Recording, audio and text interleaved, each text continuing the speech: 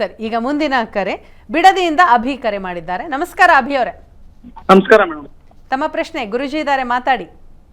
Hello hello, ಪ್ರಶ್ನೆ ಕೇಳಿ ಅಭಿ. ಗುರುಜಿ ಅವರ ಬಿಡದಿಯಿಂದ ಬೆಳಗ್ಗೆ ಎಷ್ಟು ಗಂಟೆ ಕುಂಡ್ರಿಸೋರು ಒಳ್ಳೇದು ಗುರುಜಿ ಅವರೇ? ನೀ ಎಷ್ಟೊತ್ತಿಗೆ ಮಾಡ್ಬೇಕು ಅಂತಿದ್ಯಪ್ಪ?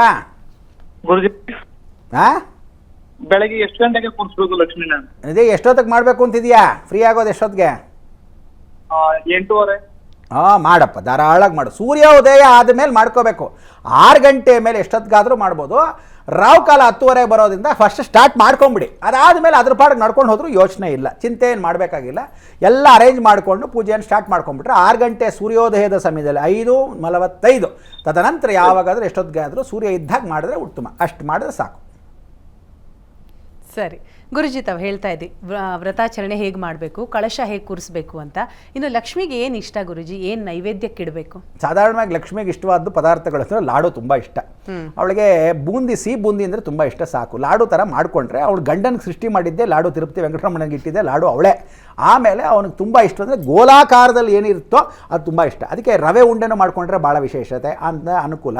ಅವಳಿಗೆ ಇಂಪಾರ್ಟೆಂಟ್ ಅಂದರೆ ಲಕ್ಷ್ಮೀ ಕ್ಷೀರ ಸಮುದ್ರ ರಾಜತನಯಾಮ್ ದಾಸೀಭೂತ ಸಮಸ್ತ ಲೋಕೈಕ ದೀಪಾಂಕುರ. ನಾಳೆ ಯಾರಾದರೂ ಹಾಲು ಯಾರಿಗಾದ್ರೂ ಕೊಟ್ಟರೆ ಬಹಳ ವಿಶೇಷ. ಬರೀ ಹಾಲು ಕೊಟ್ಟರೆ, ಹಸಿ ಹಾಲನ್ನು ಯಾರಿಗಾದ್ರೂ ದಾನ ಮಾಡಿದ್ರೆ ಅವ್ರು ಅಕಸ್ಮಾತ್ ಕಾಫಿ ಕುಡ್ದಿಲ್ಲ, ಆ ವೃದ್ಧರು ಅಕಸ್ಮಾತ್ ಒಂದು ಲೋಟ ನನಗೆ ಹಾಲು ಕೂಡ ಕೊಡೋಕ್ಕಾಗಿಲ್ಲ, ಅಥವಾ ಯಾವ್ದಾರ ಮಕ್ಕಳಿಗೆ ಹಾಲೇ ಕೊಡೋಕ್ಕಾಗಿಲ್ಲ, ಇಂಥವ್ರಿಗೆ ಹೋಗ್ಬಿಟ್ಟು ನಾಳೆ ಲಕ್ಷ್ಮಿಯ ಕ್ಷೀರ ಸಮುದ್ರ ಅವಳು ಹೇಳ್ತಾಳೆ, ದಾಸೀಭೂತ ಸಮಸ್ತ ಲೋಕೈಕ ದೀಪಾಂಕುರಂ, ಎಲ್ಲ ಲೋಕವನ್ನು ಬಿಟ್ಟು ನಿನ್ನ ಮನೆ ದಾಸಿ ಆಗ್ತೀನಿ ಬೇಕಾದರೆ ಅಂಥ ದಾನವನ್ನು ಮಾಡು ಅಂತ. ಅದಕ್ಕೆ ಯಾವತ್ತಾದ್ರೂ ಪಂಚಮಿ ದಿವಸ, ಸೃಷ್ಟಿ ಹಾವಿನ ದಿವಸ, ವಿಶೇಷವಾದ ಬುಧವಾರದ ದಿವಸ, ಲಕ್ಷ್ಮೀ ಪೂಜೆ ದಿವಸ, ಇಂಥ ದಿವಸ ಎಲ್ಲ ಹಾಲನ್ನು ದಾನ ಮಾಡಬೇಕು ಅಂತ ಹೇಳುತ್ತೆ.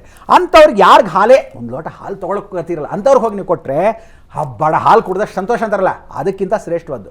ಅವಳಿಗೆ ನೀವು ಮನೇಲಿ ಇಟ್ಟಬೇಕಾದ್ರೆ ಕಾಯಿಸಿದ ಹಾಲೇ ಇಡಬೇಕು. ಕಾಯಿಸಿದ ಹಾಲಿಗೆ ಒಂದಿಷ್ಟು ಜೇನುತುಪ್ಪ ಹಾಕಿ, ಸಕ್ಕರೆ ಹಾಕಬೇಡಿ. ಪಾನಕ ಇಡೋದು ತುಂಬ ಇಷ್ಟ. ಅದರಲ್ಲಿ ಆಗಲೇ ಹೇಳಿದೆ, ಕೆಂಪಾಗಿರ್ತಕ್ಕಂಥ ಪಾನಕ, ಬೆಲ್ಲದ ಪಾನಕನೇ ಮಾಡಬೇಕು, ತುಂಬ ಇಷ್ಟ ಅವಳಿಗೆ. ಕೋಸಂಬರಿ ಜೊತೆ ತುಂಬ ಇಷ್ಟ ಅವಳಿಗೆ. ಕನಕಾಂಬರ ಹೂವು ಇಷ್ಟ. ಆಮೇಲೆ ನೀವೆಲ್ಲರೂ ಕನ್ಫ್ಯೂಷನ್ ಮಾಡಿರೋದು ಕಟ್ಟಿದ ಹೂವು ಅಲಂಕಾರಕ್ಕಷ್ಟೇ. ಯಾವ ತಿಳ್ಕೊಳ್ಳಿ, ದೇವಿ ಸ್ತೋತ್ರ ಪ್ರಿಯಾಂ ದೇವಿ, ಅವಳಿಗೆ ಸ್ತೋತ್ರವನ್ನು ಹೇಳಬೇಕಾದ್ರೆ ಅರ್ಚನೆ ಮಾಡಬೇಕಂತೆ. ಸೊ ಬಿಡಿ ಹೂಗಳೇ ವಿಶೇಷ ಅವಳಿಗೆ, ಯಾವುದೇ ಆಗಲಿ. ಅಮ್ಮನವ್ರುಗಳಿಗೆ ಮಾತ್ರ ಬರ್ತೀನಿ ಹೂವಿನ ಬಗ್ಗೆ ಮತ್ತೆ ಕೇಳ್ತೀನಿ. ಈಗ ಕಾಲರ್ ಇದ್ದಾರೆ, ಮಾತನಾಡ್ಸ್ಕೊಂಡ್ಬಿಡೋಣ.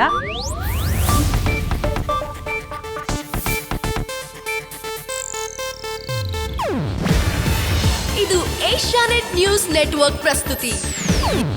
ನೀವು ನೋಡ್ತಿದ್ದೀರಾ ಏಷ್ಯಾನೆಟ್ ಸುವರ್ಣ ನ್ಯೂಸ್.